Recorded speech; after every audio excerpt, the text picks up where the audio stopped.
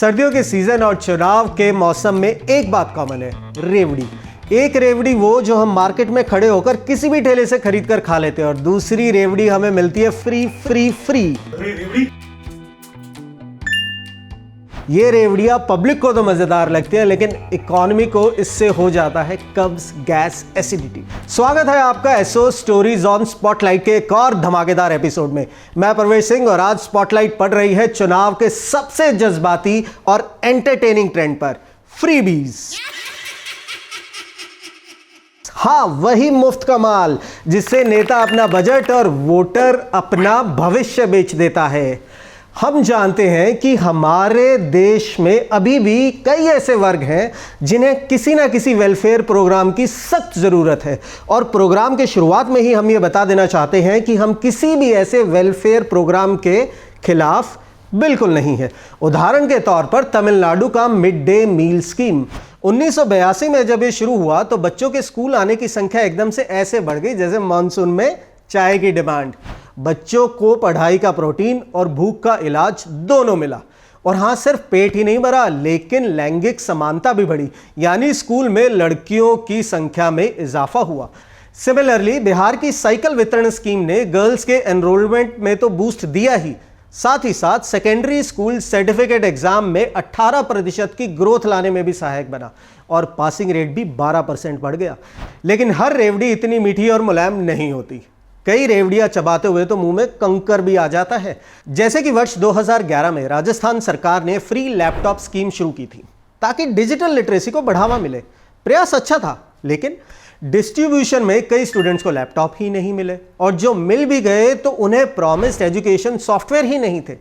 इसका असर यह हुआ कि बच्चे लैपटॉप पर वीडियो गेम खेलते नजर आए, एजुकेशन के बजाय गेम का मजा ले रहे थे। दिल्ली, जो कभी अपनी अक्लमंदी और बजट बैलेंस के लिए फेमस थी, अब फिसल कर वित्तीय घाटे की खाई में गिरने वाली है। सोचिए, 31 साल तक बुलेट ट्रेन जैसी रफ्तार से आर्थिक ग्रोथ करने वाला यह शहर अब शायद कच्चे पहिए वाली बैलगाड़ी बन जाए। क्यों? अगर इन सोर्सेस की बात हम माने तो इस बार दिल्ली सरकार लगभग 7,000 करोड़ के वित्तीय घाटे की ओर जा रही है। और इस फिस्कल डेफिसिट का मुख्य कारण क्या है? सोचो। अरे वही रेवड़ियां जिन्हें आप बड़े मजे से खाते हैं, खासकर जब इलेक्शन का मौसम हो। सर्दियों वाली तो फिर भी तन को लगेंगी, ये इलेक्शन वाली जो रेवड़ियां हैं इस पे चर्चा करनी आवश्यक है। 2014 के चुनाव में अरविंद केजरीवाल की आम आदमी पार्टी ने शुरू किया था फ्री बिजली और फ्री पानी का धमाका। मतलब 200 यूनिट्स फ्री इलेक्ट्रिसिटी और 20,000 लीटर फ्री वाटर। एक तरफ दिल्ली के लोग खुश और दूसरी तरफ बिजली और पानी की कंपनियां टेंशन में। फिर आया 2019 का इलेक्शन और फ्री बस राइड्स की शुरुआत हो गई महिलाओं के लिए। दिल्ली मेट्रो तो फ्री नहीं हो पाई, पर डीटीसी बसें जरूर फ्री हो गई, और दिल्ली की महिलाओं के हाथों में पकड़ा दी गई पिंक टिकट और टैक्स पेयर्स के हाथों में पकड़ा दी गई लॉलीपॉप। ये तो सत्ताधारी दल का हाल है। अगर विपक्षी पार्टी भी सत्ता में आती तो वो क्या कहती, वो क्या फ्री देती आपको? बीजेपी ने प्रॉमिस किया था फ्री राशन और ग्रामीण इलाकों में एक एक्स्ट्रा फंड एलोकेशन। कांग्रेस ने भी बोला था हम देंगे फ्री कोचिंग और टैबलेट्स। स्टार लगा के बोला था अगर सत्ता में आए तो। पर ये मुफ्त की चीजें आती कहां से हैं? आपके और मेरे टैक्स से। दिल्ली की बिजली सब्सिडी पर हर साल 3250 करोड़ का आर्थिक भार पड़ता है। वाटर सब्सिडी पे दिल्ली सरकार का हर साल 2250 करोड़ खर्च होता है।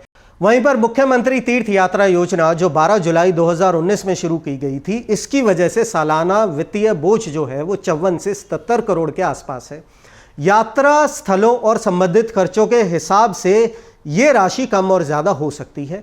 आपके मुखिया पूर्व सीएम अरविंद केजरीवाल जी ने हालिया दिनों में दिल्ली में रेवड़ी पर चर्चा कार्यक्रम की शुरुआत की है, जिसमें दिल्ली वालों से उनके द्वारा चलाई गई 6 रेवड़ी योजनाओं पर चर्चा कर रहे हैं। और अगर आपने फोटो ध्यान से देखी है तो इसमें एक और योजना की घोषणा हुई है, मुख्यमंत्री महिला सम्मान योजना। महिलाओं को हर महीने 1,000 रुपए देने की बात, यानी सालाना 2,000 करोड़ का सरकार पर नया खर्चा। जब सरकार कुछ भी फ्री देती है तो इसका पैसा किसी और सेक्टर की डेवलपमेंट से काट लिया जाता है। मतलब एक हाथ से देते हैं और दूसरे हाथ से लेते हैं। और जब फ्री स्कीम इंप्लीमेंट होती है तो इंफ्रास्ट्रक्चर और हेल्थ केयर प्रोजेक्ट्स सबसे पहले सफ़र करते हैं। दोस्तों, फ्रीबीज का मैजिक शॉर्ट टर्म है, पर इसका बिल हमेशा आपकी जेब से आता है। अगर हम सच में एक बेहतर दिल्ली चाहते हैं तो हमें अपने वोट का इस्तेमाल सूझबूझ से करना होगा। इलेक्शन के टाइम पर हर राजनीतिक दल आपको प्रलोभन देता है, पर हमें सोचना है कि हमें कैसी सरकार चुननी चाहिए। वो जो हमें कल्याण योजनाओं पर निर्भर बनाती है, या वो जो आत्मनिर्भर बनने और अवसर और योजनाओं को देकर हमें सशक्त करती है। देखिए, असलियत यह है कि जो चीज़ ज़रूरतमंद को एम्पावर करे वो रेवड़ी नहीं है, इन्वेस्टमेंट है। जैसे मिड डे मील या cycle distribution for girl students. लेकिन जब फ्रीबी सिर्फ वोट के लिए बांटी जाए तो ये इकोनॉमी को बहुत भारी पड़ती है। दिल्ली के विधानसभा चुनाव नजदीक आ चुके हैं और अब आपको रेवड़ी पे चर्चा, गज्जक पे गपशप और मूंगफली पे माथापच्ची जैसे कई कैंपेन्स में उलझाने की कोशिश की जाएगी, पर आप सिर्फ मुद्दों पर ही वोट कीजिएगा। तो दोस्तों, आज के लिए बस इतना ही, लेकिन कमेंट्स में जरूर बताइएगा कि आप किस रेवड़ी के, गज्जक के या मूंगफली के सपोर्टर हैं, किसके खिलाफ हैं, किसको आगे बढ़ाना चाहते हैं या किसको बिल्कुल जड़ से खत्म कर देना चाहते हैं। मैं परवेश सिंह और देखते रहिए SOS स्टोरीज ऑन स्पॉटलाइट। चुनावी वादों का वड़ा पाव, अर्थव्यवस्था का भरता, गर्मा गर्म मुद्दों का चटपटा विश्लेषण, व्यंग का तड़का with a bit of serious discussion. हर हफ्ते special episodes, stories on spotlight with Parvesh Pamil, only on Rapid Leaks YouTube channel.